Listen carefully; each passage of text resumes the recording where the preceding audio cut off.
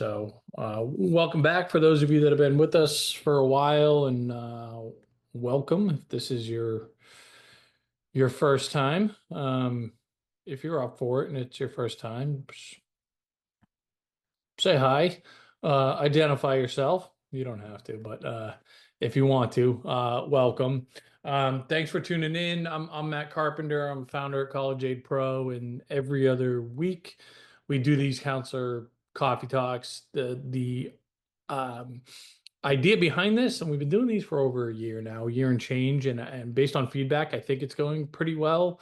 But this is where we just want to be here. There's usually one of us or two of us that to answer your questions, right? So oftentimes just kind of like grab bag, whatever you're curious about, whatever's got you stumped in this world of financial aid scholarships and or whatever within this realm.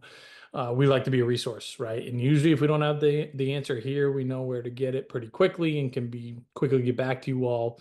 And then we always spend some time talking about what's going on right now, kind of in the calendar, any updates. We try to be ahead of those, and again, just be a source of truth for you all and ultimately the students and parents that are going through this process, right? I collectively, you guys that have been around have heard me say this before. I consider ourselves like the us, right? The tip of the spear, right? We're kind of the ones that are parents and students are looking for as they navigate this really overwhelming process. I see a lot of our school partners are on here, which is awesome. If you are not a partner of ours already, I recommend you book some time with us so we can learn a little bit more about your school and then how we can best support you.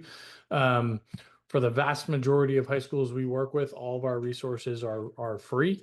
So again, if you feel like you could use some additional financial aid, scholarship, education, resources, etc., please reach out to us and learn how we can either supplement what you're doing or ideally maybe even make you a little bit better.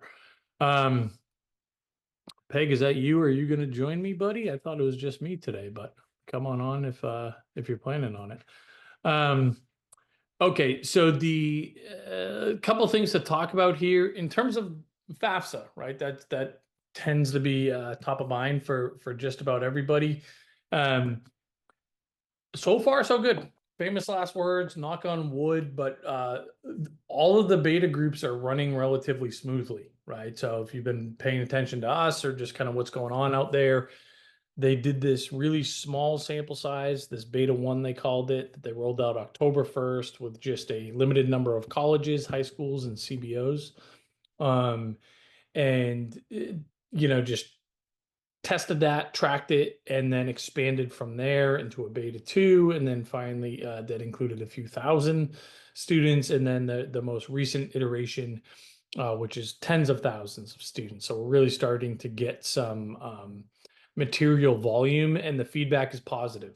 So at the moment, again, famous last words, and of course, I don't speak for the Department of Education. December 1st, we seem to be on track to be, for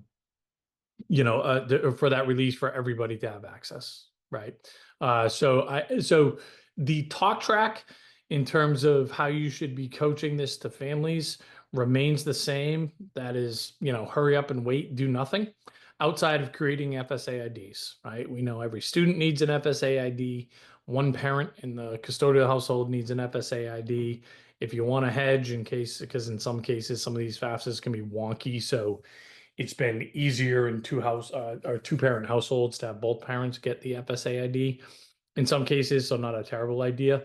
But that's all you can be doing right now, right? The focus should be on, you hear us say this every other week, controlling the controllables, which means doing the CSS profile, which I'll talk about in a minute here, finishing and our admissions applications. Of course, I'm talking like class 2025 here, but that is what we should be focused on right now. FAFSA, we're just a little bit too early. Probably some more material updates, 2 weeks from now.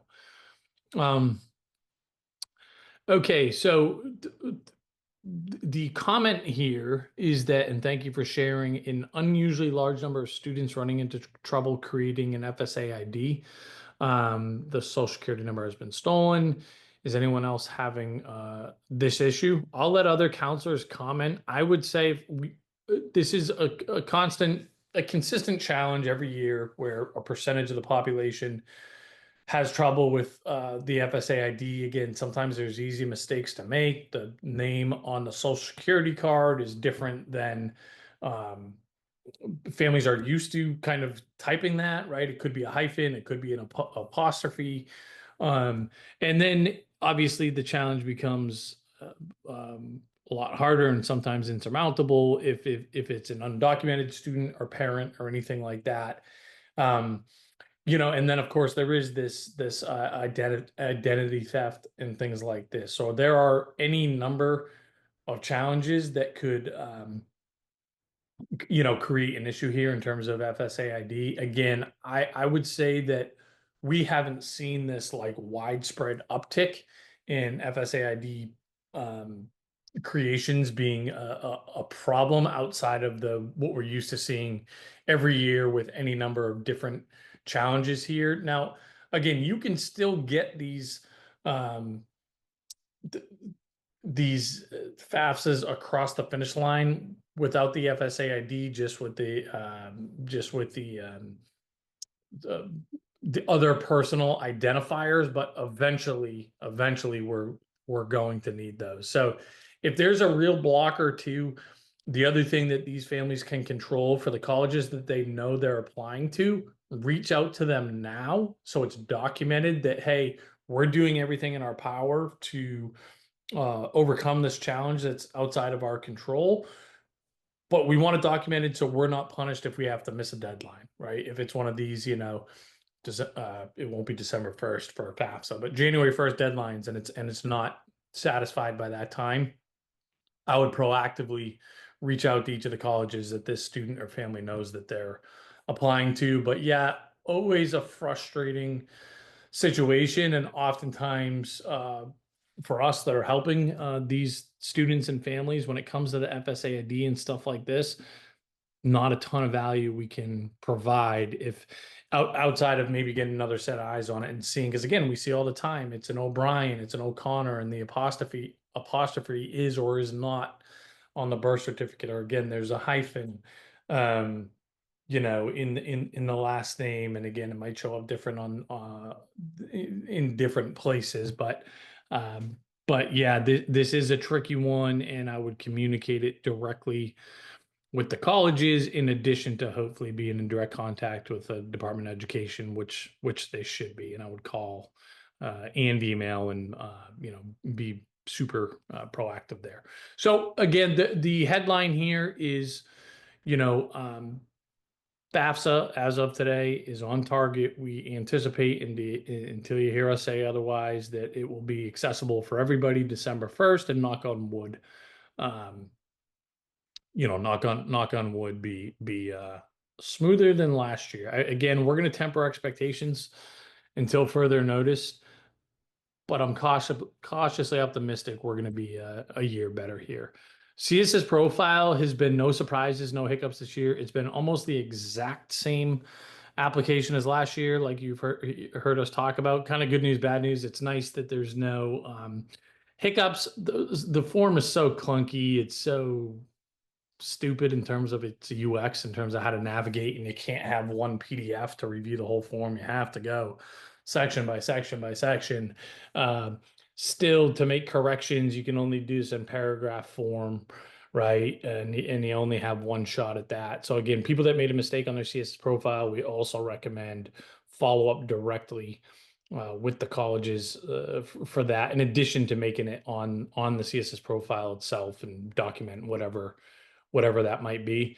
Again, not a lot of surprises or hiccups there, which is a good thing. The waiver has been a little bit easier in terms of folks that are eligible for the profile that don't have to pay to submit the CSS profiles, and that's done automatically, all tied to the income.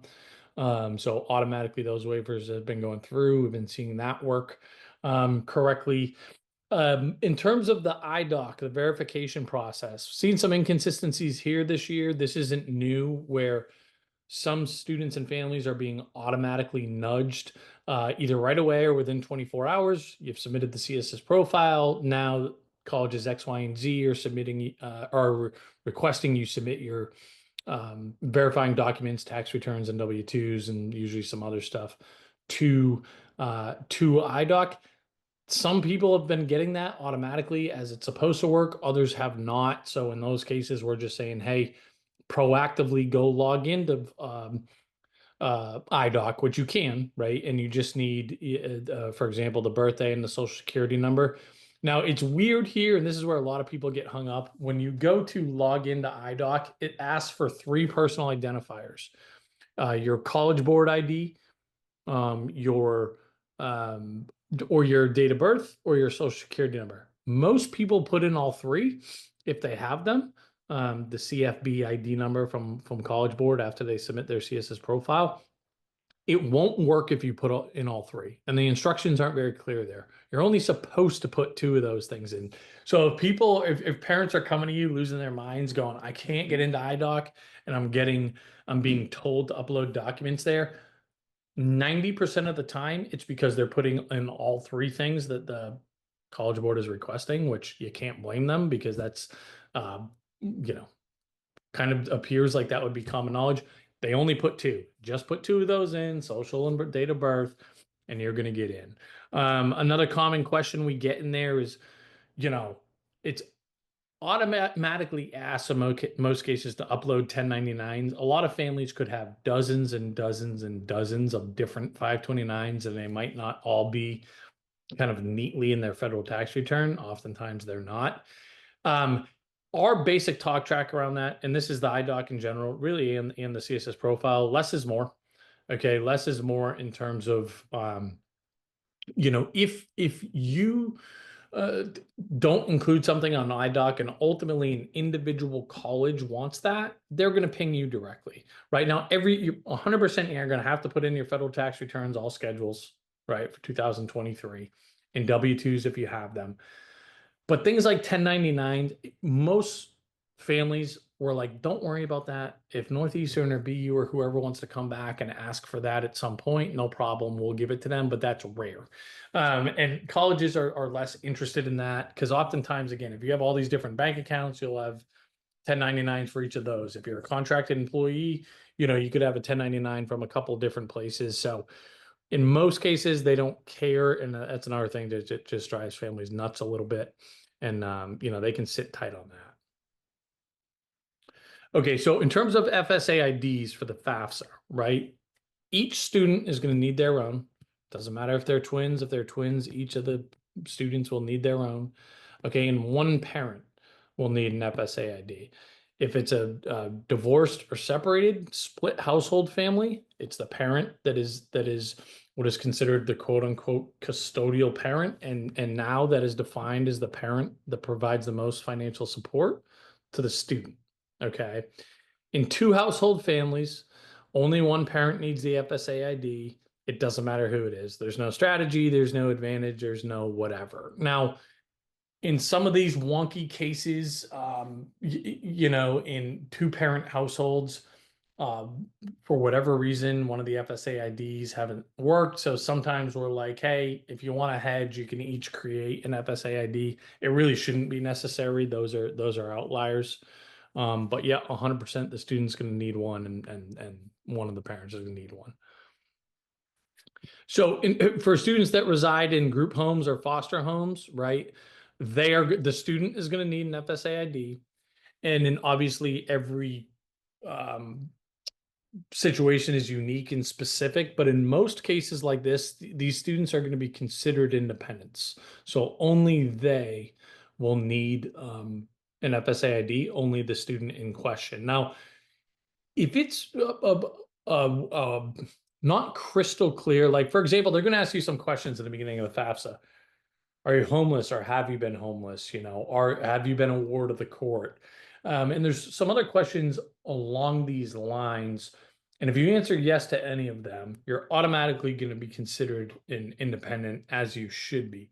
When in doubt, check the box, obviously, assuming that it is a situation like this, you're not trying to be, misleading or deceptive here. But if you know, based on your understanding of a situation, that this is a student that should be considered an independent, right? Maybe they're living with grandparents, they're living with, um, family members, but their parents are out of the picture. Check the box that seems the closest of being representative of this student situation to just kind of muscle this FAFSA across the finish line in such a way that the student will be treated as an independent, i.e., will be eligible for the max amount of financial aid. It's very likely that the college that the student ends up at or is accepted into, they're going to come back and want verifying documentation and a clear understanding of exactly what's going on. So don't worry too much about, well, we don't know if it's this, we don't know if it's this. If it's a situation again, anything like the students in group home, in a foster home, parents are not in the picture, check the closest box that will be representative of them being considered an independent student, again eligible for the maximum amount of financial aid. So I think I can't remember if we talked about this on our last coffee talk or not. I forget the timing, right? Busy time of year, folks. In case you didn't notice. So we had a situation where, and by the way, this is our platform. Many of you are familiar. You're on this as school counselors. Your students are using it. If you're not, this is kind of our what we describe as, I think, the quickest way to articulate our technology is we are the Naviance, the Score, the School Links, the Zello, the Maya Learning of financial aid and scholarships, right? Where every family has their own portal, login, etc. And if counselors want, they can have their own at their school as well. But it tells them, again, instant net price calculator, every school in the country, where does that fit within their budget over 4 years? We have every private scholarship in the country baked into the account here, line by line instructions with the FAFSA and the CSS profile. When students are accepted into college, they'll upload their financial aid awards here and we will translate them, right? There's 900 different ways, 914 different ways colleges presented financial aid awards last year. We put them into one uniform award letter. And then we tell them, did you get a good deal? What is the likelihood that you can appeal for more money? And then finally, how am I going to pay my bill? If I need to take out a loan, what's the right way to do that? I know I'm flying here, but just to give a quick overview for those of you that are not familiar, this is what our platform does. Again, make sure you talk to us if you haven't already. But we had a really interesting case study with Duke University, and we had a family that was on our platform. They're a really engaged family. We were projecting Duke to cost $10,000 a year, the net cost to be $10,000. This is a New York City family, lower-ish income. However, they had bought their home forever ago, at now what would be considered outrageously low prices for New York City, and they've had insane appreciation, like a lot of folks that live in the boroughs, over the years. So that was their only asset. They don't have retirement. They're very much like paycheck to paycheck type of deal.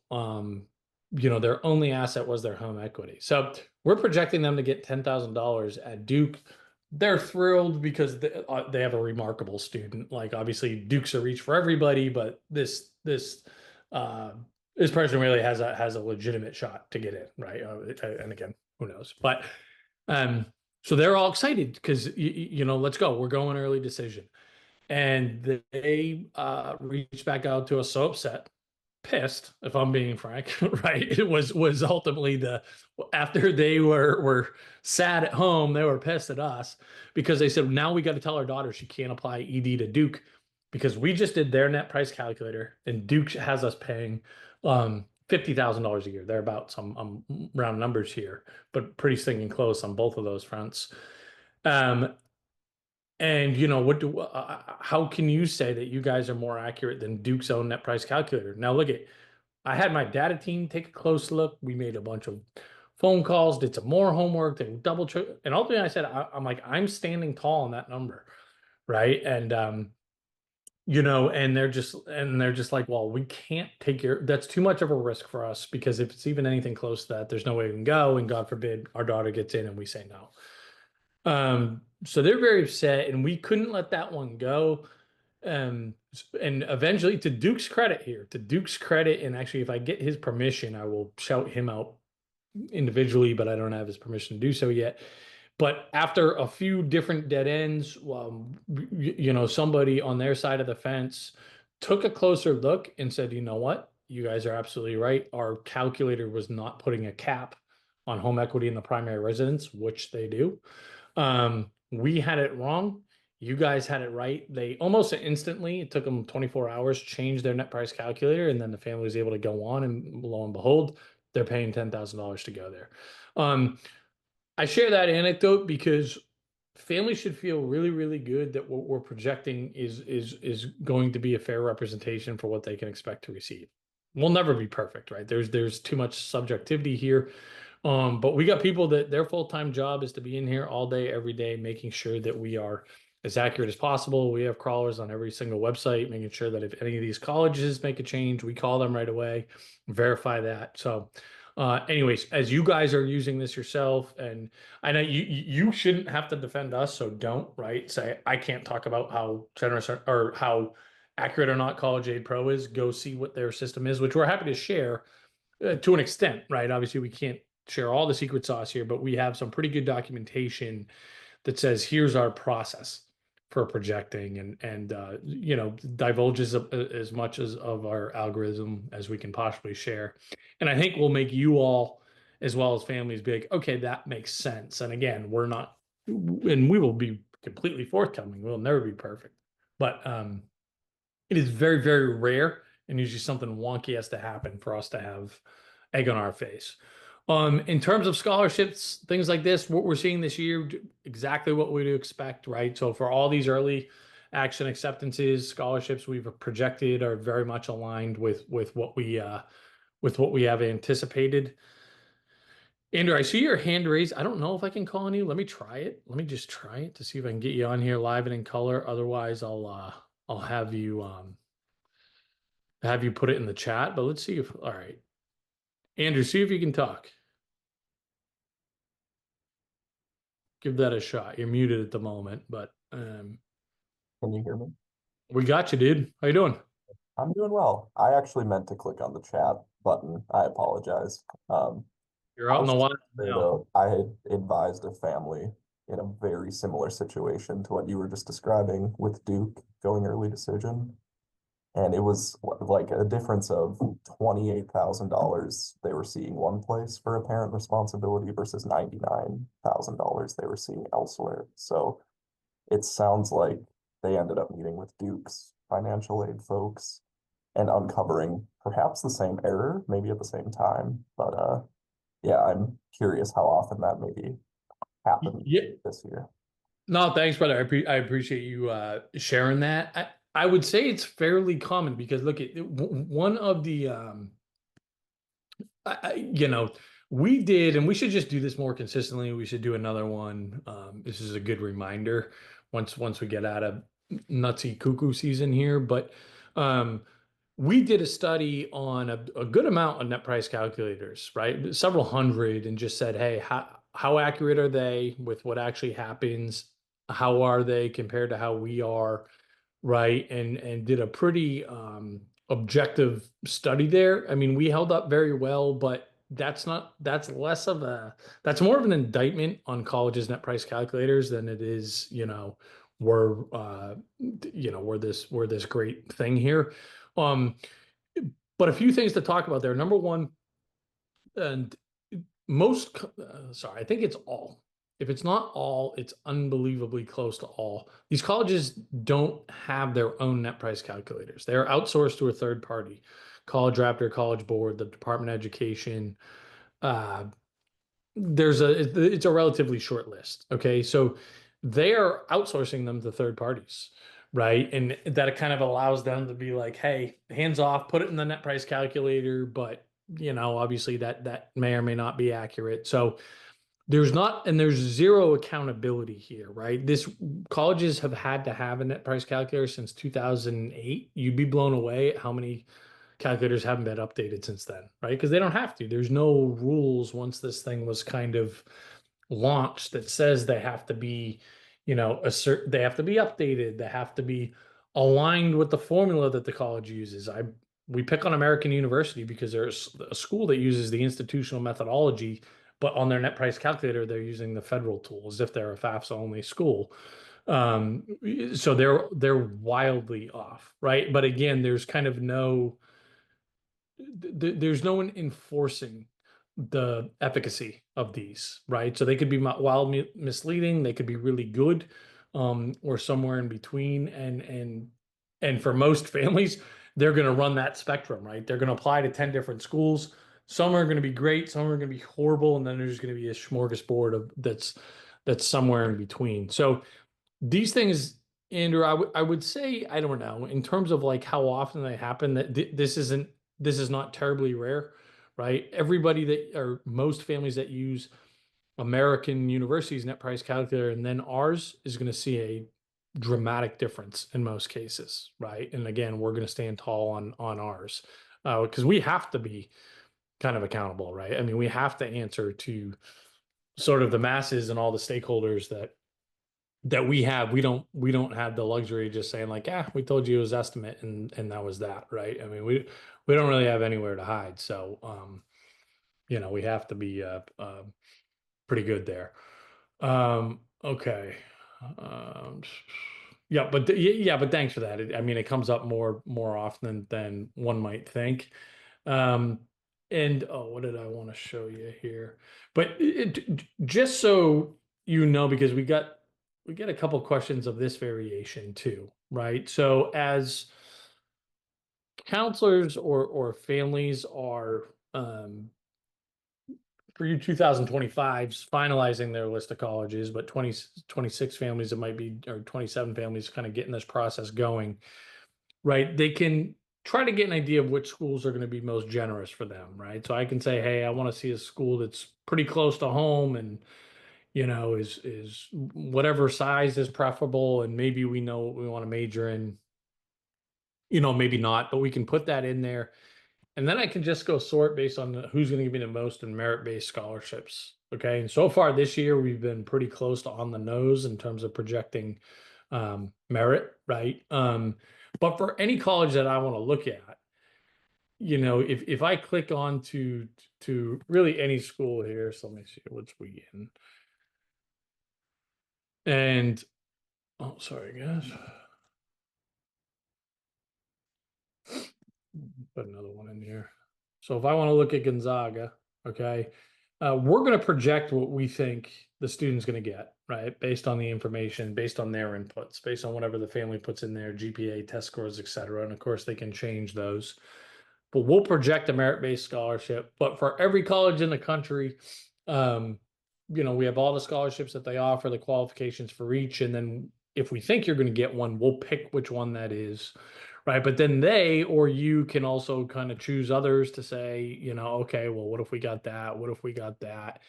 This can also be very helpful in appeals, right? Because oftentimes if we can say, look, yes, we got 22,000, but we know your merit goes up to 26 for standard merit.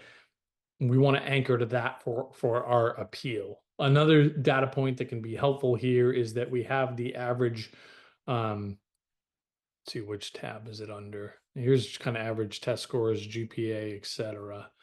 Maybe it's in the financial aid tab. Financial aid, here's the formula that they used, average percentage of need met on average. But here's the average scholarship, right? So oftentimes too, we'll use this data point to be like, hey, look, if we projected the kid was going to get 15 and we got 15, that's another great appeal point that can be really effective with colleges to say, yes, we got 15, we're grateful, but we want to appeal and get the average there, right? And get ourselves another 6,000 more bucks. Okay. Yeah, so for those of you that are brand new to us, again, I'll just kind of quickly take you through the The value prop here, yes, for the vast 90% or thereabouts of schools we work with, right? It's all free. The software and the curriculum, which I'll touch on in a second here.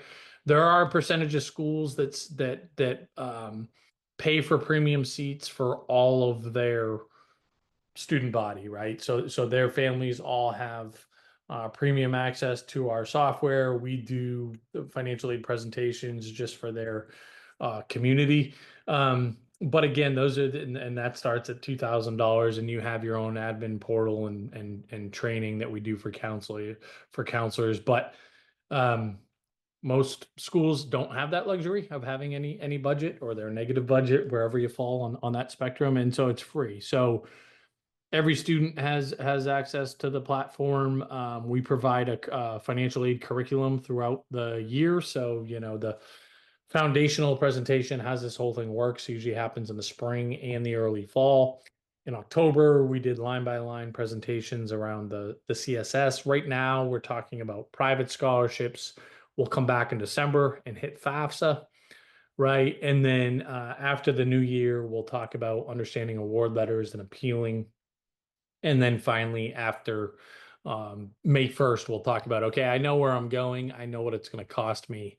How do I pay the bill? So if you are not participating in at least our curriculum and free resources, I recommend you do so. Again, Robin, welcome kind of to our community here. I just put a link in the chat. That's for my colleague, Anne Marie Sanderson. She's our high school partnership coordinator. Book some time with her because she'll learn a little bit more about your community, your high school, kind of what you see as some blind spots where we might be able to enhance your resources. And she will kind of spell it out for you exactly how we can help you. But I'm confident you can. And we work with the whole gamut, by the way, both geographically as well as, the most kind of expensive independent high schools to small high schools to really big Title I schools and rural and urban areas, and most are somewhere in between those two ends of the spectrum. So wherever your community falls, I'm confident we can have a positive impact. Okay, I'm looking at my notes here, but yeah, in terms of both acceptances and scholarship offers to date, no surprises, kind of exactly what we have expected. Obviously, we'll see what happens. We'll know in the next several weeks here from the Ivies and the NESCACs, those types of schools that who gets accepted? Nobody is the answer, basically, right? Who's actually getting accepted to these schools, and then shortly thereafter, how are they doing in terms of financial aid? And again, don't expect any major changes there. Something that I would just keep an eye on, and is kind of these schools where, and this has been a little bit more frequent since the FAFSA debacle last year, where the CSS profile is optional. Okay. When it is optional, we recommend that families do not submit that, even if it can give you a financial aid award earlier. Our belief is that there's more risk than reward there. So, for example, FAFSA only schools, as you guys know, they're not even going to ask about your home equity. They're not going to ask about your retirement accounts. They're not going to ask any details about your business. All of those questions will get asked on the CSS profile. Now, those colleges are not supposed to take that information into account, but again, it is our experience, and of course, I'm generalizing here. It's hard for colleges to unsee numbers, right? So we are giving them some reasons, potentially, maybe to look at variables in our family's financial scenario that they shouldn't be considering, and if we don't submit the CSS profile, we guarantee they won't consider them. Now, obviously, if the CSS profile is required in a conversation, it's required, and we got to submit it, and that's the deal. But if it is not, and it's just optional, and their kind of value proposition is that you'll get your award earlier, I would forego that. If you want to know what your award's going to be earlier, go on our platform and see what we're projecting, measure that against their net price calculator, and do it that way. But yeah, that's our advice here, and those are creeping up and becoming more and more common. Curious if you guys are seeing anything, any comments in terms of early acceptances, surprises, no surprises, scholarships that are accompanying those, or maybe you were expecting some and are not. Any commentary around kind of what you're seeing, um, early indications on the admission side, right? And some of the early scholarships thus far. And of course, any other questions, please fire at will here.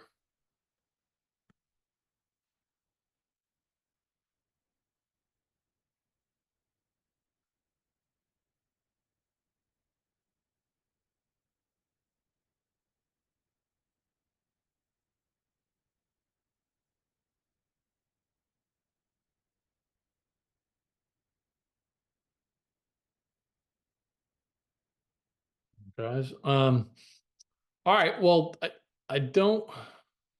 Those are my gets for today. I'll hang around for another minute or two if wait for some kind of last call questions. Um, let's see. I would anticipate we will punt on Coffee Talk 2 weeks from now, given that that's the Wednesday before Thanksgiving, and hopefully, and we'll that's a busy day. So I would anticipate that we would punt, but after that, it'll be all FAFSA all the time. Thanks, Anne Marie. So yeah, 12/11 is our next one, and obviously the focus there will be FAFSA. We'll have lots of data and evidence and best practices. I will certainly have Peg join me for that one. Yeah, so non-custodial parents should not be on the FAFSA at all. Okay, so if there's a split household family, there's only one household that's on the FAFSA. Now, if that parent is remarried, the step parent goes on there, but only one biological parent in divorce, separated, split household families, only one parent on the FAFSA. The non-custodial parent, if they apply to CSS profile schools, may be required to complete their own CSS profile, but they will definitely not be and should not be on the FAFSA.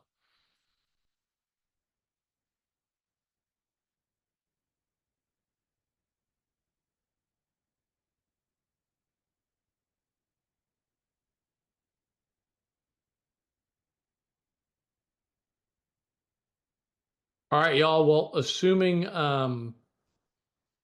that's it here, and assuming we don't talk to you before Thanksgiving, have an awesome holiday. I mean, we made it past 11/1. We got 11/15 Friday, so we're checking some boxes here, team. And make sure. Oh, and the other thing is, as you guys or some of you know, but our dedicated email just for school counselors, support@collegeaidpro.com. We have eyes on that all day, every day. For those of you that put us to the test, I think we've passed in terms of our responsiveness.